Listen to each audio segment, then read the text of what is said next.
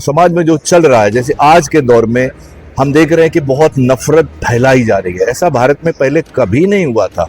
एक तबका कुछ होते थे, छोटे मोटे तबके, वो करते रहते थे, लेकिन हमेशा जो है नफरत को कभी ग्लैमराइज नहीं किया गया, झूठ को कभी ग्लैमराइज नहीं किया। ये ऐसा दौर है, इसमें बाकायदा नफरत के संदेशे भेजे जाते हैं और बहुत सारा झूठ परोसा जा रहा है। तो गज़ल दुनिया की ऐसी पोइट्री काव्य विधा है, ऐसी पोइट्री फॉर्मेट है जिसमें एक ही गज़ल में अलग अलग शेर होते हैं, वो इंडिपेंडेंट होते हैं। अच्छा। ठीक, हर शेर इंडिपेंडेंट, हर दो लाइन इंडिपेंडेंट है। तो एक शेर में आप प्यार की बात करिए, एक शेर में राजनीति की बात करिए, एक शेर में आप धर्म की बात करिए, एक शेर में अध्यात्म स्पिरिचुअलिज्म की बात करिए, एक शेर में आप समाज की बात करिए। मतलब ये छूट आपको मिली कि ये गज़ल में अगर 7 शेर हैं तो 7 टॉपिक आप उठा लें। अच्छा सर, कोई युवा शायरी गज़ल वगैरह लिखना शुरू करना चाहे तो उसे कैसे शुरुआत करना चाहिए, कैसे सीखना चाहिए? आइए लक्ष्मी शंकर वाजपेयी जी से बात करते हैं। सर, आपने कौन सी किताब लिखी है, बताइए उसका। अभी मेरा जो है लेटेस्ट, अभी जो सबसे ताज़ा गज़ल संग्रह आया है, अशकों से लफ्ज़ों तक, और वो अद्वित प्रकाशन ने छापा है। वैसे मैंने गज़ल लिखना शुरू किया था 77 से, और तो दोनों तरफ मैंने मुशायरों में भी जाता हूँ और कभी सम्मेलनों में भी जाता हूँ, पत्र पत्रिकाओं में भी छपती रहती हैं। तो बुनियादी तौर पे मैं गज़ल का कवि हूँ। वैसे मैं करीब 30 पोइट्री फॉर्मेट्स में लिखता हूँ, 30 विधाओं में लिखता हूँ। और उसकी वजह ये है कि हमारे बहुत सारे पोइट्री फॉर्मेट्स ख़त्म होते जा रहे हैं, विलुप्त होते जा रहे हैं, उनको कोई नाम भी नहीं जाता। युवा पीढ़ी वाले उनका शायद नाम भी ना सुना हो, तो उन विधाओं को मरने से बचाए। जैसे संगीत में अगर राग खत्म हो गए तो संगीत में क्या बचेगा, उसी तरह हमारी कविता की विधाएं मर गईं।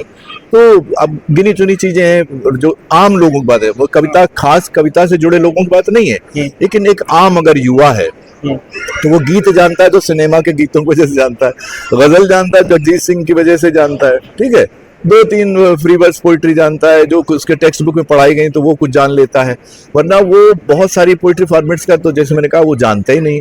तो वो भी एक मेरा मिशन है कि बहुत सारी पोइट्री फॉर्मेट्स को जीवित किया जाए। तो मैं गीत, गज़ल, दोहा, माहिया, कुंडलिया और हाइकू जो नई आई हैं वो भी, तो उन सब बहुत सारे। आपने जो किताब लिखी है, हाँ। तो वो गज़ल किस से रिलेटेड है? प्यार मोहब्बत से रिलेटेड है या फिर किसी और चीज़ से रिलेटेड? मैंने गज़ल में की, देखिए, गज़ल दुनिया की ऐसी पोइट्री काव्य विधा है, ऐसी पोइट्री फॉर्मेट है जिसमें एक ही गज़ल में अलग अलग शेर होते हैं, वो इंडिपेंडेंट होते हैं। अच्छा। ठीक, हर शेर इंडिपेंडेंट, हर दो लाइन इंडिपेंडेंट है।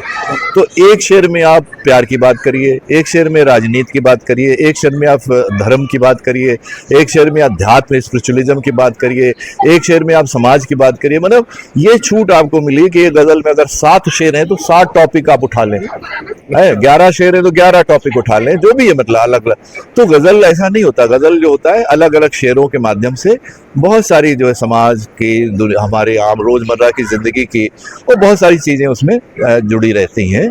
और हर गज़ल में, ठीक है, उसमें प्यार मोहब्बत भी आता है, वो आना भी चाहिए, प्रेम से ही दुनिया चल रही है। लेकिन जो आज हो रहा है पूरी दुनिया में, पूरे देश में, समाज में, ज़्यादातर जो है ना फोकस, जो एक, अगर कोई भी कवि है, एक जागरूक कवि है, तो समाज में जो चल रहा है, जैसे आज के दौर में हम देख रहे हैं कि बहुत नफरत फैलाई जा रही है। ऐसा भारत में पहले कभी नहीं हुआ था। एक तबका कुछ होते थे, छोटे मोटे तबके, वो करते रहते थे, लेकिन हमेशा जो है नफरत को कभी ग्लैमराइज नहीं किया गया, झूठ को कभी ग्लैमराइज नहीं किया। ये ऐसा दौर है, इसमें बाकायदा नफरत के संदेशे भेजे जाते हैं और बहुत सारा झूठ परोसा जा रहा है। तो वो जो सच्चा कवि है, वो तमाम सारी जो बुराइयां समाज की हैं उन पर वो उन पर कटाक्ष करता है, प्रहार करता है, उनका मुकाबला करता है। तो वो हमारे ये जो संग्रह है, इसमें 99% गज़लें जो है वो उसी तरह की चीज़ें हैं जो आज जो चल रहा है, आज का जो दौर है, उसमें जो परेशानियां हैं, समस्याएं हैं, चुनौतियां हैं, आम आदमी के जो दर्द हैं, और वो जो कुछ देश समाज में चल रहा है, उस पर सारा फोकस है।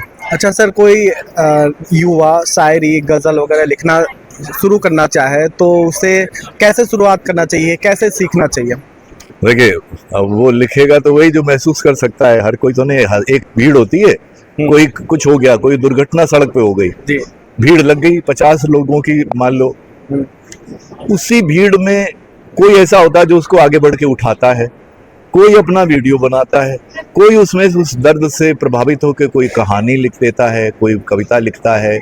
मतलब तो समाज में सब बिखरा हुआ है। एक आप जो महसूस कर सकता है वो कविता लिखेगा। जब आप कविता लिखते हैं तो आपको फिर गज़ल है तो गज़ल है क्या, कैसे लिखी जाती है, क्या क्या उसमें वो है, काफ़िए हैं, रदीफ़ हैं, बहर है, वजन है, वगैरह वगैरह, जो उसकी टेक्निकलिटी को जानना पड़ेगा। दोहा लिखना है तो जानना पड़ेगा। अगर फ्री वर्स पोएम लिख रहे हैं, मतलब जिसमें कोई तुक नहीं होती, कुछ नहीं होता, तो उसमें भी कैसे आप उसको इफ़ेक्टिव बनाएं, कैसे उसमें प्रभाव डालें, वो आपको समझना पड़ेगा। तो वो समझा जा सकता। आजकल तो सब कुछ गूगल में है, आपको सब मतलब पाठ मिलेंगे आपको कविता सिखाने के। मैंने 1.5 साल एक कार्य चलाया, हर हफ्ते एक कार्यक्रम करता था, और हजारों लोग जो उससे सीखते थे कि माहिया क्या है, दोहा क्या है, ये क्या है, वो क्या है, गीत क्या है, गज़ल क्या है। तो सीखा जा सकता है, कोई ऐसी बात नहीं। दीजिए, बहुत बहुत शुक्रिया सर। Thank you.